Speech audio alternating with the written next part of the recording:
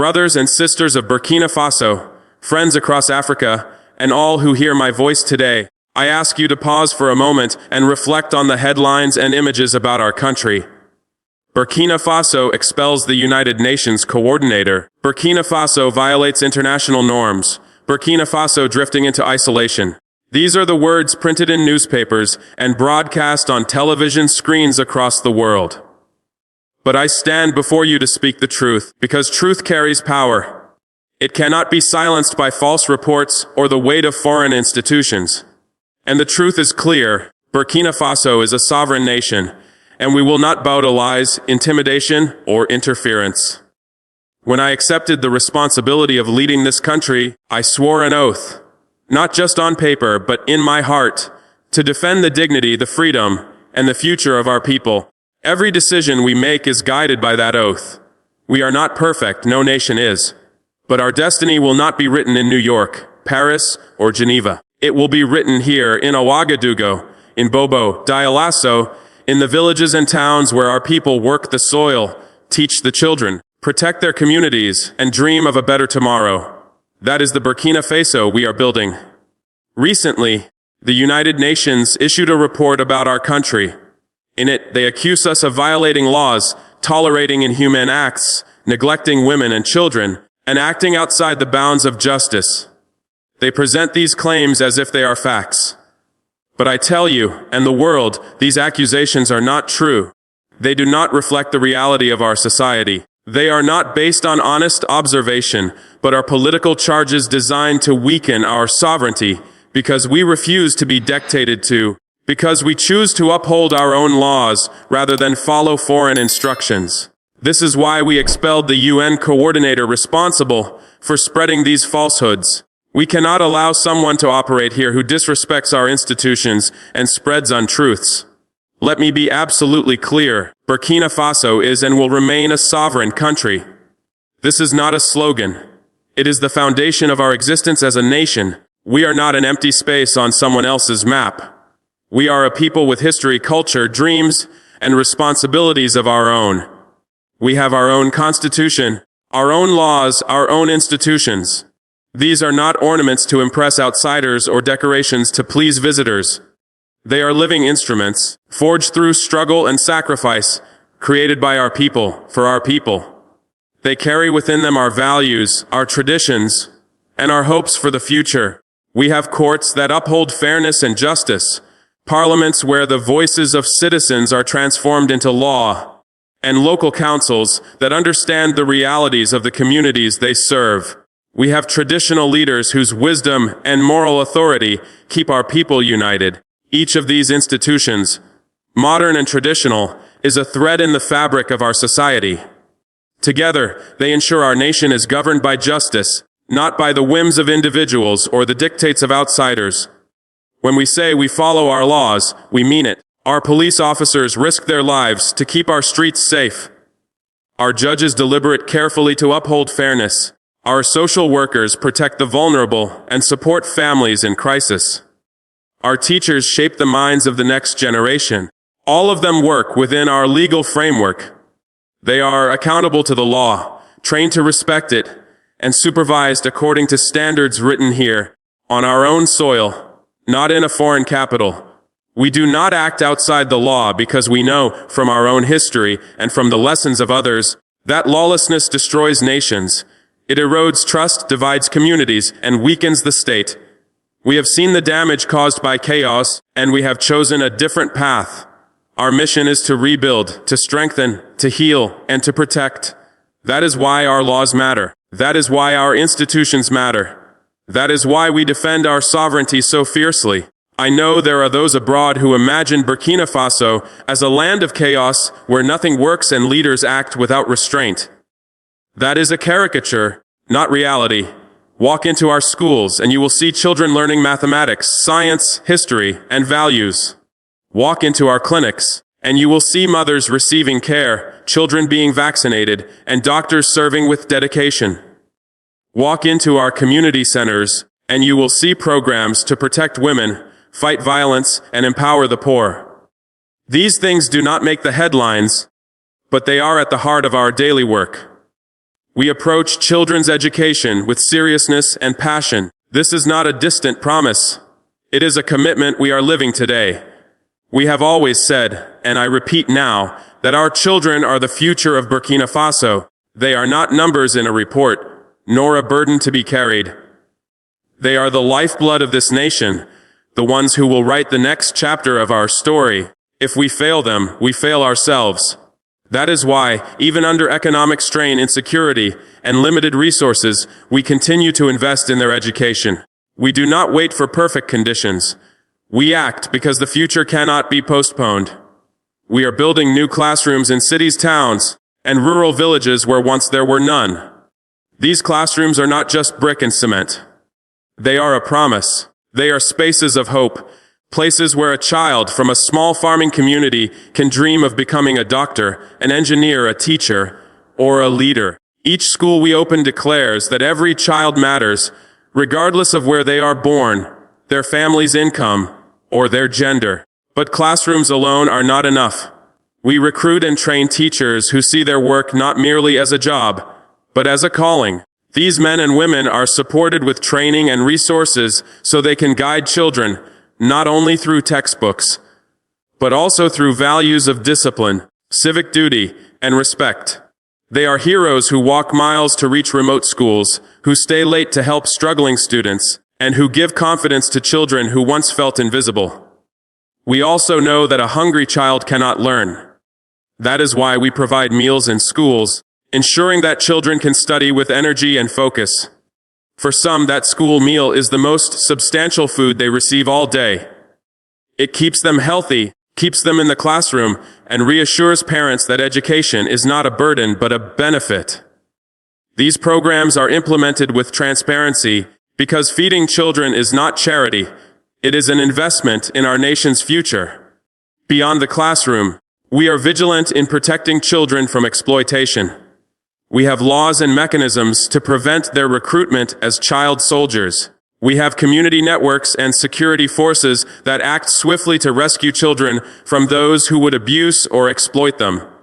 We do not allow forced labor, nor do we permit inhumane practices against children in factories, in fields, or in households. Our policies are clear, our penalties are strict, and our resolve is firm. This is not just theory, it is action. Social workers investigate complaints, courts hear cases, police carry out operations, and civil society partners work hand in hand with government to educate families about children's rights. Those who break our laws face justice, without exception or excuse. The message is clear: children are not property, not tools of war, not cheap labor. They are citizens of this republic, and they are under its protection. This is our reality. It is not perfect, but it is real. It is not a slogan designed for applause abroad, but a daily struggle we embrace because we know what is at stake.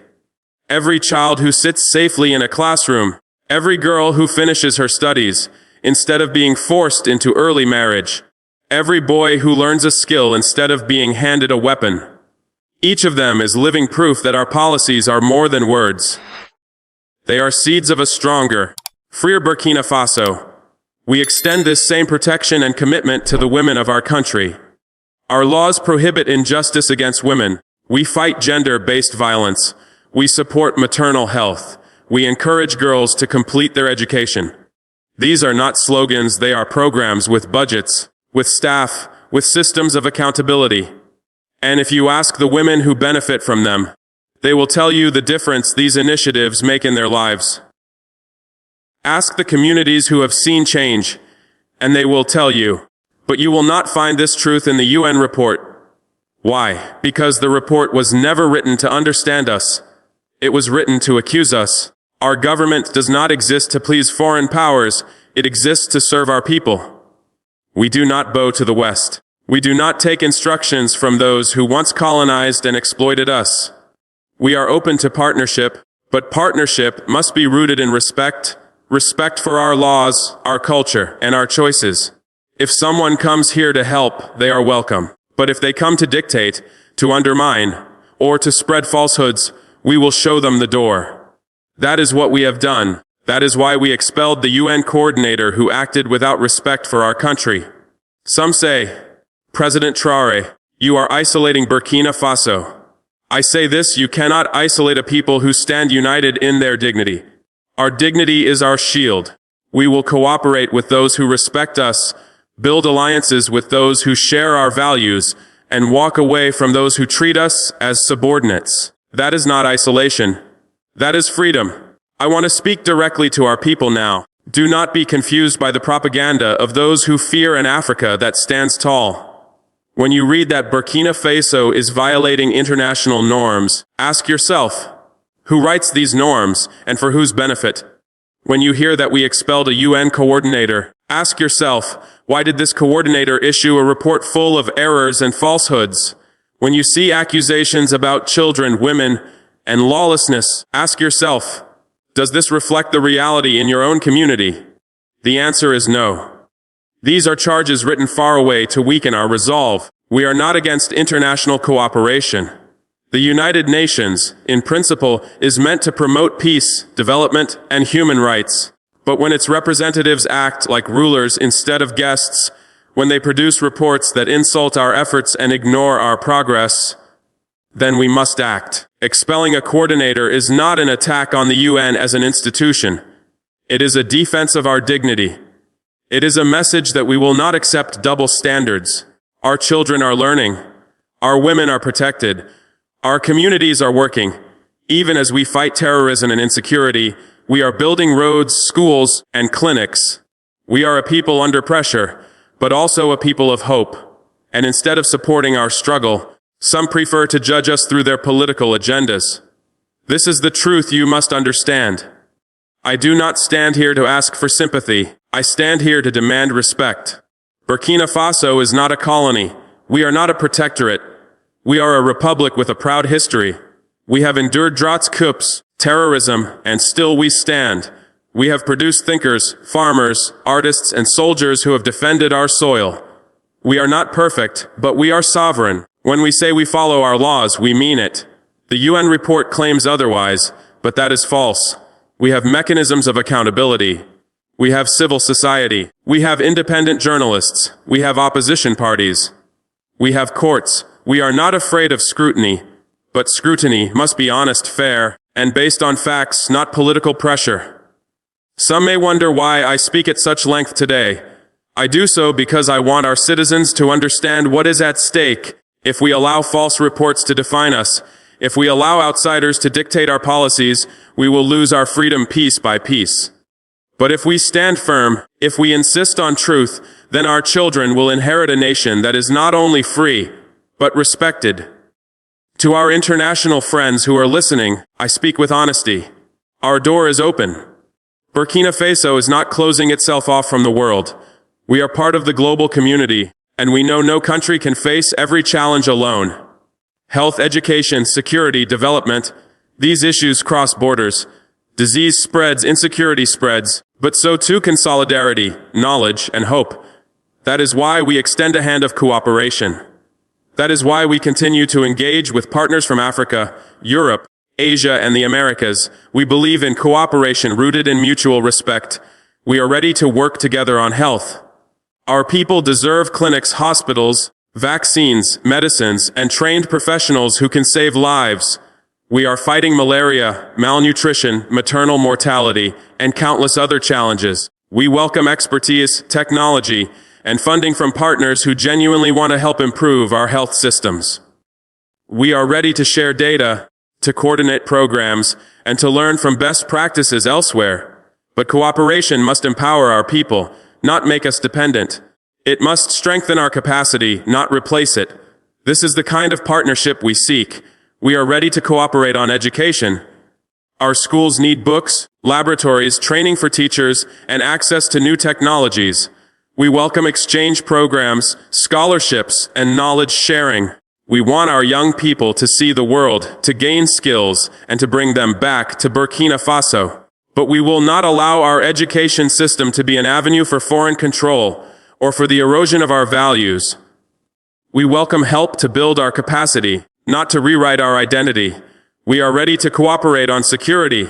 Terrorism, organized crime, and trafficking threaten not only Burkina Faso, but the entire Sahel and beyond. We are on the front lines of a battle that affects everyone. We seek partners who will stand with us in good faith, who will respect our command structures, who will support our soldiers without treating them as proxies. We know that security built on dignity and trust lasts longer than security built on domination. This is the security partnership we want. We are ready to cooperate on development. We need infrastructure, roads, energy, digital networks. We need investment in agriculture, in manufacturing, in small and medium enterprises.